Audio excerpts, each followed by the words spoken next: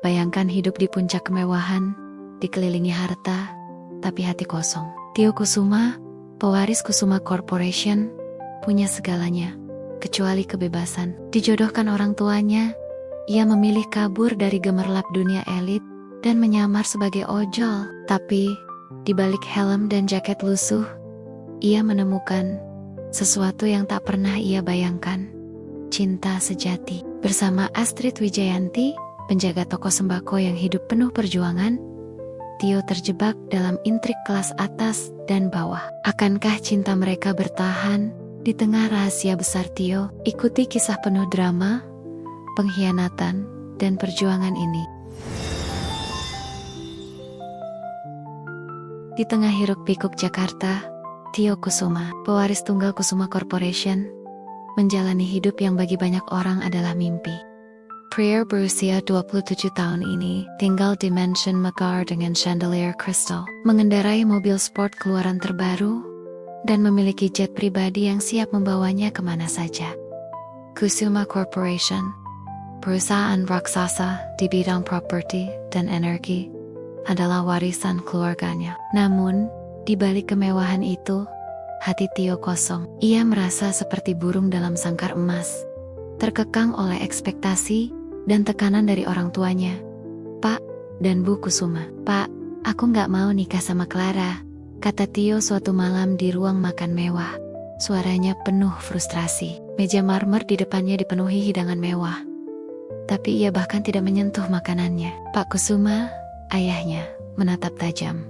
Tio, ini bukan soal maumu. Clara Santoso adalah pilihan terbaik untuk masa depan perusahaan. Keluarga Santoso punya saham besar di industri tekstil. Pernikahan ini akan memperkuat posisi kita. Pak, aku bahkan gak kenal dia, Tio membalas, nada suaranya meninggi. Apa aku gak boleh pilih hidupku sendiri? Bu Kusuma, ibunya, mencoba menenangkan. Tio sayang, ini bukan cuma soal kamu. Kamu pewaris Kusuma Corporation. Tanggung jawabmu lebih besar dari sekadar keinginan pribadi. Tio menunduk, tangannya mengepal di sisi piring. Aku cuma ingin tahu, siapa aku sebenarnya, Ma? Bukan cuma pewaris Kusuma Corporation. Malam itu, di kamarnya yang luas dengan pemandangan kota Jakarta dari jendela besar, Tio menatap cermin. Wajahnya tampan, tapi matanya penuh keresahan. Kalau aku bukan Tio Kusuma, siapa aku? Bisiknya pada bayangannya sendiri. Di lemari, ia menemukan jaket ojol tua yang pernah ia beli untuk lelucon saat pesta kostum. Ide gila muncul di kepalanya. Ia akan kabur dari hidupnya yang penuh tekanan dan menyamar sebagai orang biasa. Keesokan harinya, Tio meninggalkan mansion dengan motor tua dan helm yang menutupi wajahnya. Dengan identitas baru sebagai Tio, driver ojol, ia menjelajahi sisi Jakarta yang tak pernah ia lihat. Gang-gang sempit, warung makan sederhana, dan pasar tradisional menjadi dunianya yang baru. Ia belajar cara menerima pesanan lewat aplikasi, mengantar barang, dan berbincang dengan pelanggan. Kehidupan ini asing, tapi membuatnya merasa hidup. Di sebuah gang kecil di pinggiran Jakarta, Tio berhenti di depan toko sembako sederhana. Di sana, ia bertemu Astrid Wijayanti, gadis berusia 25 tahun yang menjaga toko itu. Astrid adalah sosok yang sederhana namun memikat. Rambutnya diikat asal, wajahnya tanpa riasan, tapi senyumnya hangat seperti sinar matahari pagi. Mas Tio, pesanan berasnya datang lagi.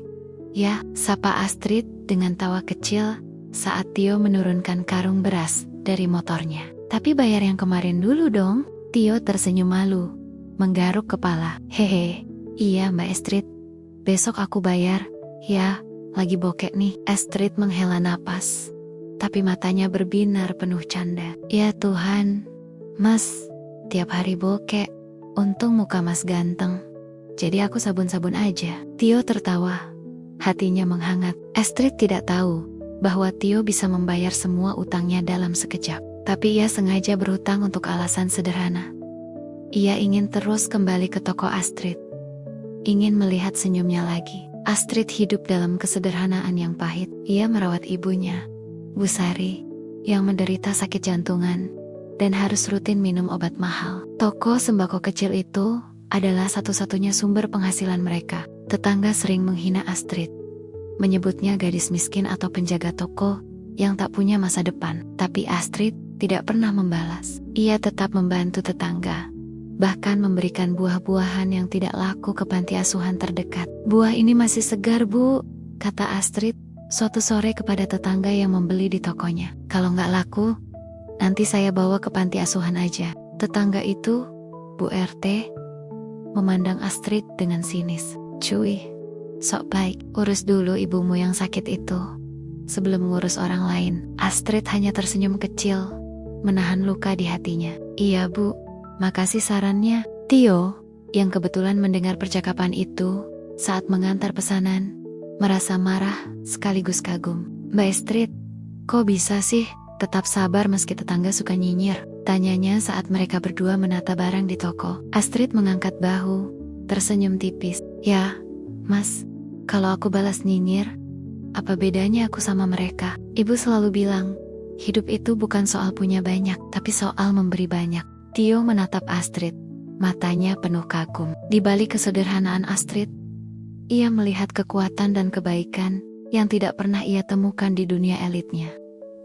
Waktu demi waktu hingga berganti hari, Tio semakin sering mengantar pesanan ke toko Astrid. Mereka berbincang tentang hal-hal kecil, makanan favorit, lagu yang lagi hits, sampai mimpi masa kecil. Tio merasa nyaman, bebas dari topeng pewaris Kusuma Corporation. Astrid, di sisi lain, mulai menikmati kehadiran Tio. Ia mengira Tio hanyalah driver ojol biasa, tapi sikapnya yang ramah dan humoris membuat Astrid merasa istimewa. "Mas Tio, mimpi kamu apa sih?" tanya Astrid suatu malam saat mereka duduk di bangku kecil di depan toko, menikmati es teh yang Astrid buat. Tio terdiam sejenak, memikirkan jawaban. Ia ingin jujur, tapi rahasianya terlalu besar. "Aku cuma ingin hidup bahagia, Mbak, bersama orang yang aku sayang, tanpa tekanan," katanya akhirnya. Suaranya pelan. Astrid tersenyum, menatap langit malam. "Sama, Mas. Aku cuma ingin ibu sembuh. Dan mungkin suatu hari punya keluarga kecil yang bahagia. Nggak perlu mewah, asal penuh cinta." Kata-kata Astrid membuat hati Tio bergetar. Ia tahu saat itu bahwa ia jatuh cinta, tapi rahasianya seperti bayangan gelap yang selalu mengintai. Ia takut Astrid akan menjauh jika tahu siapa dia sebenarnya. Sementara itu, di dunia lamanya, Clara Santoso mulai curiga. Tio sering menghilang tanpa kabar, dan alasan jalan-jalan yang ia berikan tidak masuk akal. Clara, yang terbiasa mendapatkan apa yang ia inginkan, tidak terima diabaikan. Cari tahu kemana Tio pergi setiap hari, perintahnya pada seorang detektif swasta yang ia sewa. "Aku nggak percaya dia cuma main-main." Detektif itu mulai mengikuti Tio. Suatu hari, ia melihat Tio di toko Astrid, tertawa sambil membantu Astrid menata barang. Detektif mengambil foto-foto mereka dan mengirimkannya ke Clara. Melihat foto itu, Clara marah. "Jadi ini alasannya dia menghilang," bentaknya, melempar ponsel ke sofa. "Gadis miskin dari toko sembako. Aku akan hancurkan mereka." Clara mendatangi toko Astrid, berpakaian mewah dengan tas desainer di tangan. Astrid, yang sedang melayani pelanggan, terkejut melihat wanita glamor itu masuk. "Jadi kamu Astrid," kata Clara dengan nada sinis. "Pantas Tio suka main ke sini. Ternyata dia suka yang murahan." Astrid mengerutkan kening, bingung tapi tetap tenang. "Maaf Mbak, saya nggak tahu apa maksudnya. Tapi kalau Mas Tio kesini, itu karena dia baik, bukan karena saya apa-apa." Clara melempar amplop berisi foto-foto Tio di Mansion Kusuma. "Lihat ini. Tio bukan ojol miskin. Jechio Kusuma pewaris Kusuma Corporation. Kamu cuma mainan baginya." Astrid membuka amplop itu, tangannya gemetar. Foto-foto Tio di mansion megah, bersama orang-orang berpakaian mewah, membuat wajahnya pucat. "Ini nggak mungkin," gumamnya. Ia merasa dikhianati. Tio, yang ia kira pria sederhana, ternyata anak konglomerat yang menyamar. Malam itu, saat Tio datang ke toko, Astrid menutup pintu. "Astrid, dengar dulu," pinta Tio. Suaranya penuh keputusasaan. "Aku bisa jelaskan, Jelaskan apa, Mas? Balas Astrid, air mata mengalir di pipinya. Bahwa aku cuma bahan mainanmu? Pergi, Tio. Aku nggak mau lihat lagi. Tio hancur. Tapi ia tidak menyerah. Ia tahu, Astrid adalah cinta sejatinya.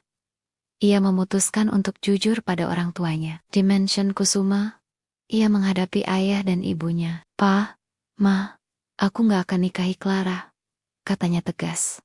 Aku cinta Astrid. Dia orang biasa, tapi dia mengajarkanku arti hidup sebenarnya. Pak Kusuma marah, membanting tangan ke meja. Apa gadis kampung? Kamu gila, Tio. Bu Kusuma mencoba menenangkan.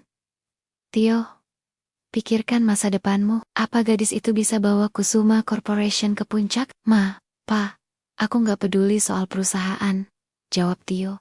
Matanya berkaca-kaca. Aku ingin hidup bahagia, dan itu bersama Astrid. Tio meninggalkan mansion, bertekad membuktikan cintanya. Ia kembali ke toko Astrid, berdiri di bawah hujan. Astrid, aku tahu aku salah karena bohong, teriaknya. Tapi cintaku ke kamu nyata. Aku rela lepaskan semua harta demi kamu. Astrid, yang mendengar dari balik pintu, merasa hatinya tergerak. Air matanya jatuh. Tapi kali ini, bukan karena sakit hati, melainkan karena melihat ketulusan Tio. Setelah beberapa hari penuh keraguan, Astrid akhirnya membuka hati. Ia bertemu Tio di warung kecil tempat mereka sering mengobrol. Mas, aku nggak tahu apakah aku pantas buat kamu, katanya pelan. Tapi kalau kamu tulus, aku mau coba. Tio tersenyum, memegang tangan Astrid. Aku cuma ingin kamu, Astrid. Nggak peduli apa kata orang. Namun tantangan terbesar masih menanti.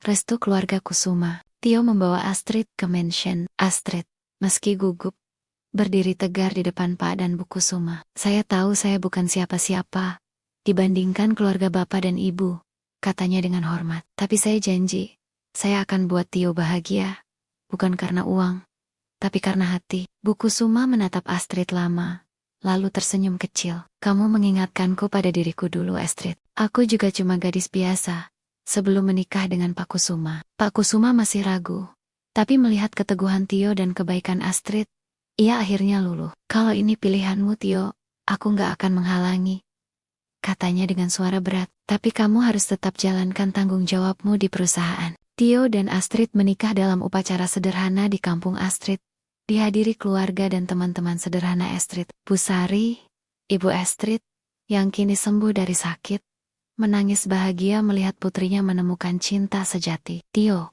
meski tetap menjadi pewaris Kusuma Corporation, memilih hidup sederhana bersama Astrid. Mereka membuka toko sembako yang lebih besar, membantu warga kampung, dan membuktikan bahwa cinta sejati tidak mengenal kelas. Kisah Tio dan Astrid adalah tentang perjuangan, kejujuran, dan cinta yang menembus batas antara dunia gemerlap kelas atas dan kerasnya kehidupan kelas bawah. Mereka hidup bahagia, saling menguatkan, dan menunjukkan bahwa kebahagiaan sejati datang dari hati yang tulus, bukan dari harta atau status.